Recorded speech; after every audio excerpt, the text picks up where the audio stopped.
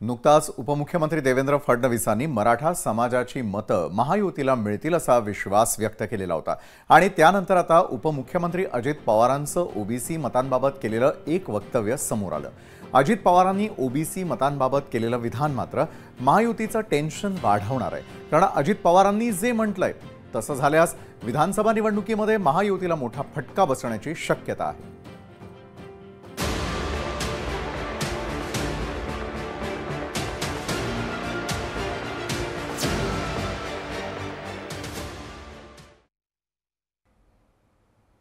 यंदाच्या विधानसभा निवडणुकांच्या निकालांवरती परिणाम करणारा मुद्दा म्हणजे मराठा समाजाची मतं।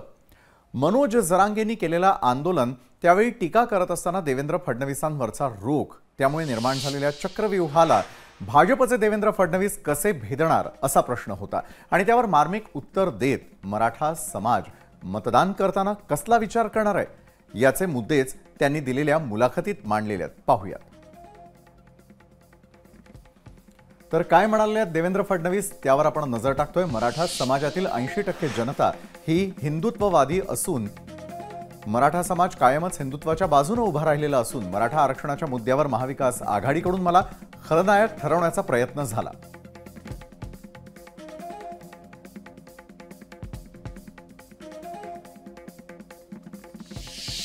एकीकडे देवेंद्र फडणवीस यांनी मराठा समाज आपल्या मागे उभा राहणार असल्याचा विश्वास व्यक्त केलाय, तर उपमुख्यमंत्री अजित पवारांनी मात्र ओबीसी मतांबाबत केलेल्या वक्तव्याच्या चर्चांना उधाण आलेलं आहे।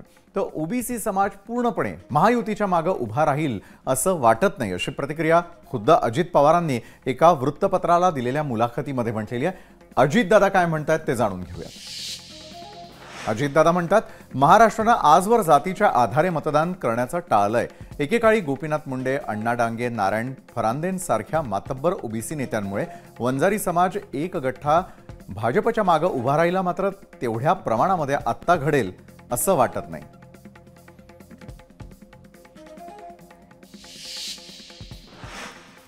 तर महायुतीमध्ये जरी मराठा ओबीसी मतांबाबत विश्वास आणि संभ्रम असला तरी देखील शरद पवारांनी आपली वेगळीच खेळी खेळल्याचं आता दिसू लागलेलं आहे। अगदी काही जागांवरती तर शरद पवारांनी जोरदार फिल्डिंग लावलेली आहे। एकूण 13 जागांवरती शरद पवारांनी मराठा उमेदवारांविरोधात ओबीसी आणि इतर जातीचे उमेदवार रिंगणात उतरवलेत। आता शरद पवार म्हटलं तर विना अभ्यास त्यांनी हे केलं नसेलच, कारण शरद पवारांच्या मनामध्ये काय असतं हे त्यांनाच माहीत।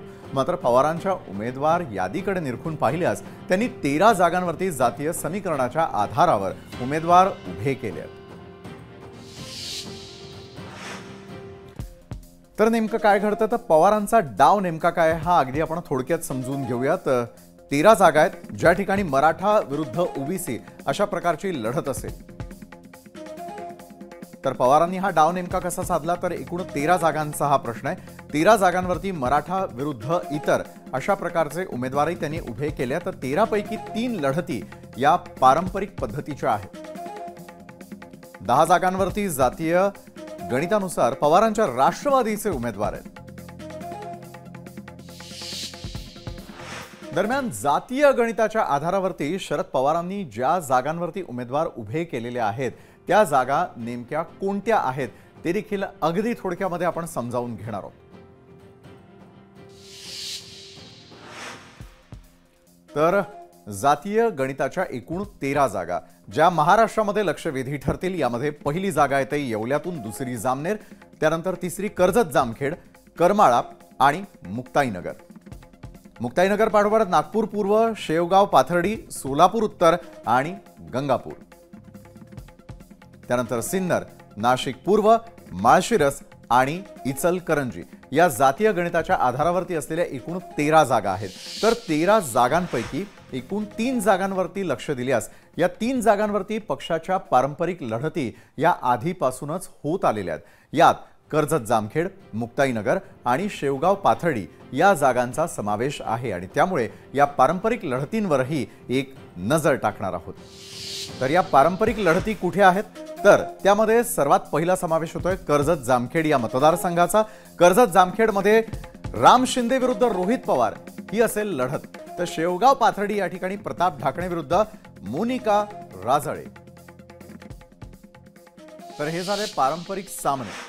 निवडणुकांमध्ये थोरल्या पवारांनी जातीय समीकरणांच्या आधारावरती उमेदवार दिले आणि त्यानंतर काय असेल जातीय समीकरण आणि कोणत्या समाजाच्या उमेदवारांमध्ये रंगणार आहे सामना तो देखील जाणून घेऊयात। तर एकूण 10 जागांवरती पवारांची फिल्डिंग काय आहे ते आपण पाहतोय।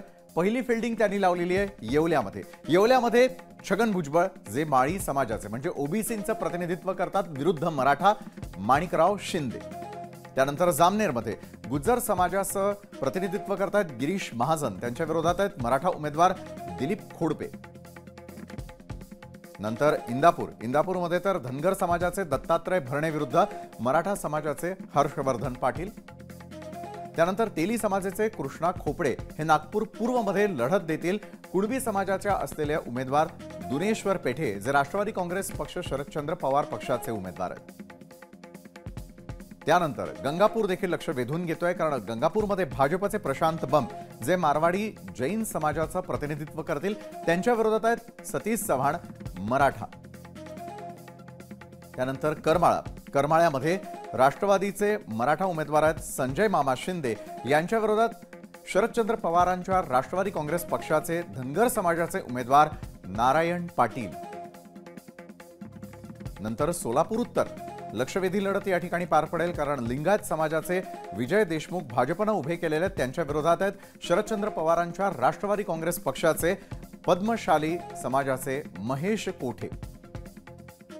त्यानंतर सिन्नरमध्ये मराठा उमेदवार आहेत राष्ट्रवादीचे माणिकराव कोकाटे विरुद्ध उदय सांगळे असतील वंजारी समाजाचं प्रतिनिधित्व करत शरदचंद्र पवारांच्या राष्ट्रवादी काँग्रेस पक्षाकडून। त्यानंतर नाशिक पूर्वमध्ये मराठा समाजाचं प्रतिनिधित्व करतील भाजपतर्फे राहुल ढिकले तर त्यांच्या विरोधात आहेत वंजारी समाजाचे गणेश गीते। आणि त्यानंतर 10वी आणि महत्त्वपूर्ण लढत इचलकरंजीमध्ये सामना असेल भाजपचे जैन समाजाचे राहुल आवाडे विरुद्ध मराठा समाजाचे मदन कारंडे। शरद पवारांनी 5 जागांवरती फुल प्रूफ मराठा उमेदवार उभे केलेले आहेत। त्या जागा कोणत्या आहेत ते आता आपण जाणून घेणार आहोत। तर फुल प्रूफ फॉर्म्युला नेमका त्या ठिकाणचा काय असेल ते तर आपण पाहणार आहोतच। त्यामध्ये पवारांचे एकूण 5 जागांवरती मराठा उमेदवार आहे। मराठा उमेदवार कुठे कुठे असतील ते आपण पाहतोय जामनेर गंगापूर येवला इंदापूर आणि इचलकरंजी। तर एकूण पवारांचे एकूण 5 जागांवरती हे असतील मराठा उमेदवार। तर ज्या ठिकाणी मराठा उमेदवार आहेत त्यांना मात देण्यासाठी शरद पवारांनी मराठा व्यतिरिक्त उमेदवारांना देखील रिंगणामध्ये उतरवलंय बरं का। या 3 जागा कोणत्या आहेत त्या आता जाणून घेऊया।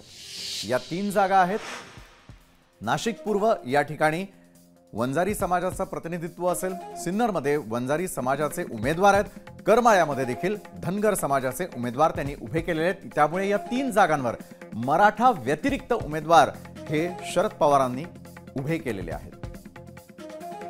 तर या 3 जागा महत्त्वाच्या ठरतील। शरद पवारांनी जरी जातीय गणिताच्या आधारावरती उमेदवार उभे केलेले असले तरी देखील निवडणुकीमध्ये जरांगे फॅक्टर किती चालणार हेही पाहणं महत्त्वाचं ठरेल कारण मराठा आरक्षणासाठी लढा देणाऱ्या जरांगे पाटलांच्या एका शब्दावर लाखो मराठा जमल्याचं अवघ्या देशानं पाहिलं। त्यातच त्यांनी वेळोवेळी महायुतीच्या उमेदवारांना आव्हान दिलेलं होतं। हे इप्सित साध्य करण्यासाठी त्यांना मराठा बांधवांना त्यांनी साथ दिली पण त्यांच्या या साथेला राज्यभरामधून किती प्रतिसाद मिळतो हे आगामी काळामध्ये समजेलच। मात्र मराठवाड्यामध्ये जरांगेंचा चांगला या ठिकाणी प्रभाव असल्यानं मराठवाड्यामध्ये जरांगेंचा फॅक्टर जास्त चालण्याची शक्यता आहे आणि त्यामुळे विधानसभा निवडणुकीच्या अनुषंगाने मराठवाड्याचा अगदी थोडक्यात आपण आढावा देखील घेणार आहोत। तर मराठवाड्यामधलं चित्र काय असेल तर जरांगे फॅक्टर त्या ठिकाणी चालणार का तर मराठवाड्यामध्ये 46 मतदारसंघ आहेत। सध्या मराठवाड्यामध्ये एकूण 879 उमेदवार रिंगणात आहेत। सध्याच्या घडीला 26 मतदारसंघाचे आमदार हे मात्र केवळ मराठा आहेत।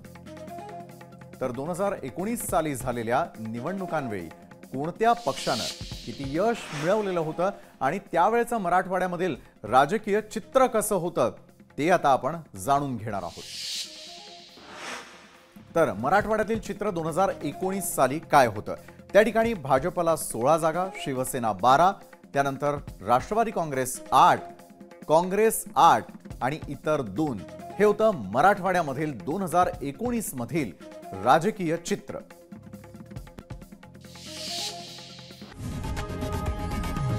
लोकशाही मराठी ऐका, पहा, जागरूक रहा.